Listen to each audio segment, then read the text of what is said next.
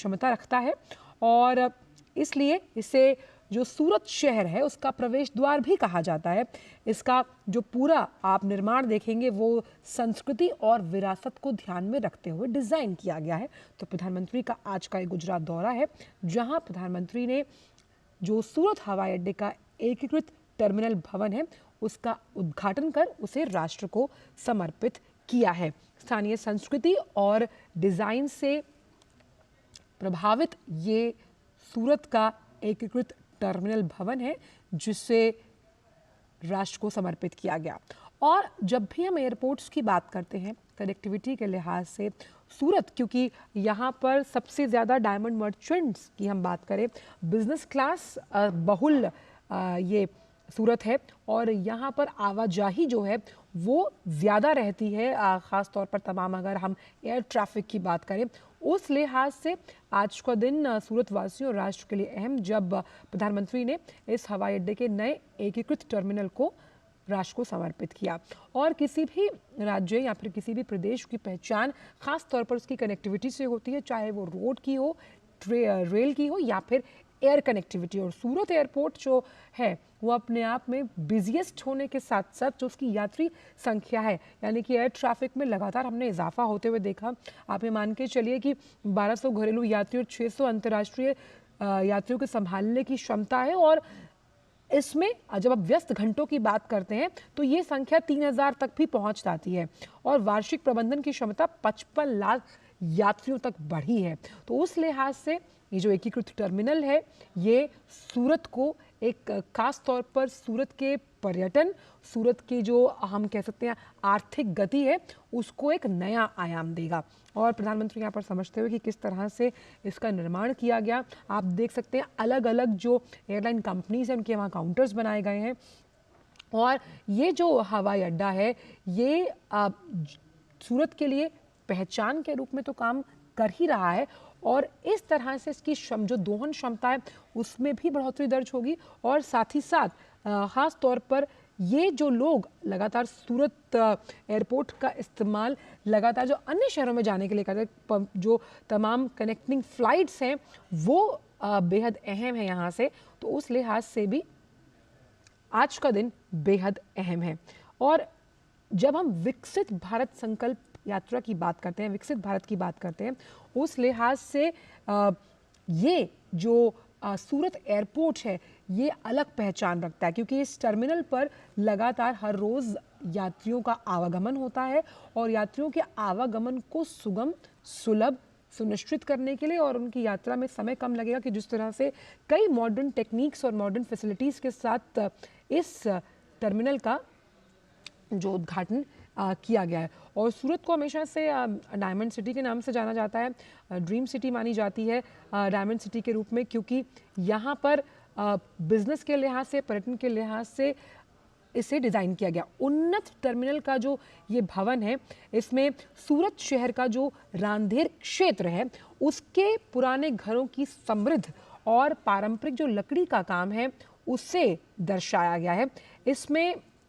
Double insulated roofing system है ताकि ऊर्जा की बचत के लिए कैनोपी लगाई गई है, कम गर्मी बढ़ाने वाले double glazing unit, rain water harvesting, water treatment plant और साथ ही साथ सोलर प्लांट जैसी तमाम सुविधाओं से सुसज्जित है। जब हम बात करते हैं इस सूरत के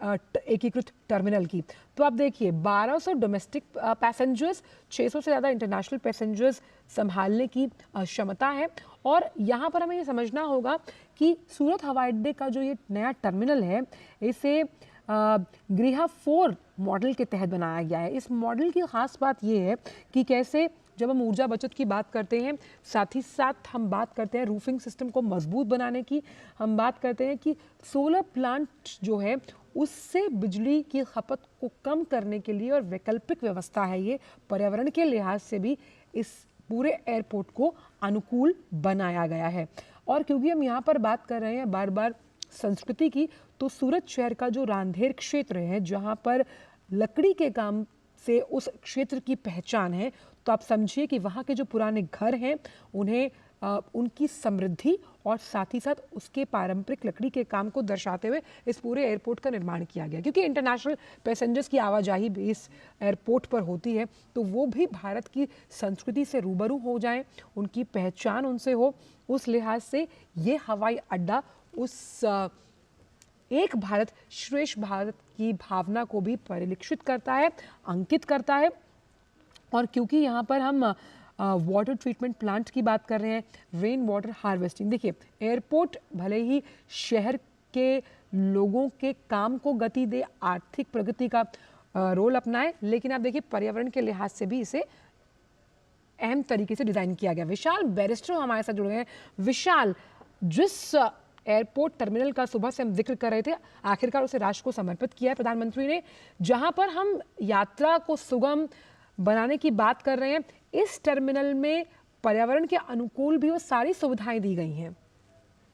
जी आंचल, आपने बिल्कुल ठीक कहा। अभी कुछ देर पहले प्रधानमंत्री नरेंद्र मोदी ने इस नए टर्मिनल को देश को समर्पित कर दिया है और पहली उड़ान दुबई के लिए निकलेगी यहाँ से। और कुछ ही दिन पहले सूरत ने अंतर्राष्ट्रीय हवाई अड्डे का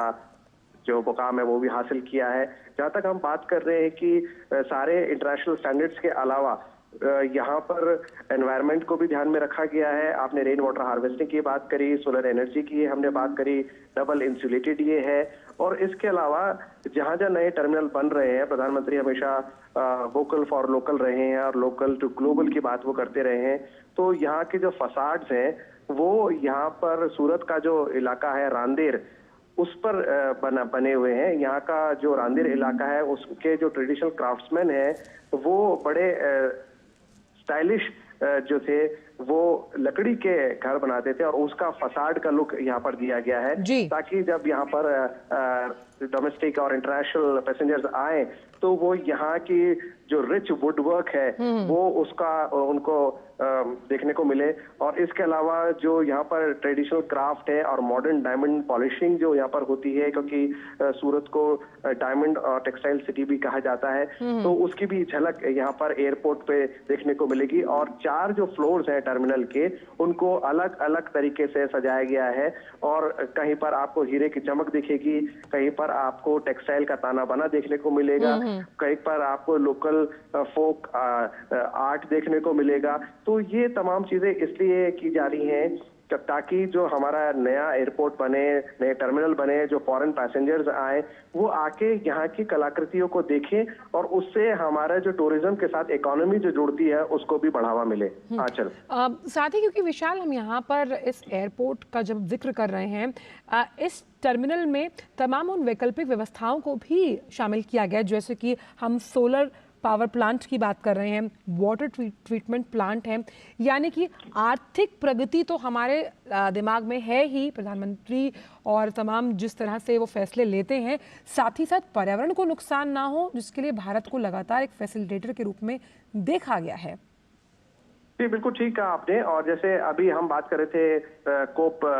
की जो हुआ है दुबई के अंदर, और उससे पहले भारत पेरिस उसका कन्वेंशन सिग्नेटरी भी है। और हालांकि ज्यादातर जो जिम्मेदारी थी, ज्यादातर नुकसान जो किया है विशाल, आपको रोकना चाहूंगी यहाँ पर, प्रधानमंत्री का रोड शो है वो शुरू हो गया है और इस